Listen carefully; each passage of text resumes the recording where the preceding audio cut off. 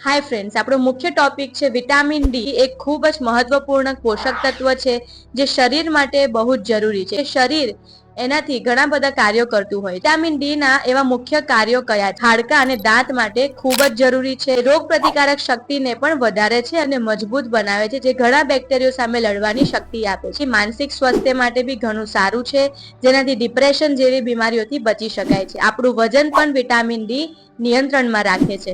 ગંભીર રોગો સામે લડવાની શક્તિ આપે છે અને રક્ષણ પણ કરે છે. વિટામિન ડી ના ઉણપના લક્ષણો કયા છે? વિટામિન ડી જ્યારે પણ ઘટી જાય છે ત્યારે ખૂબ જ થાક અને નબળાઈ લાગે છે.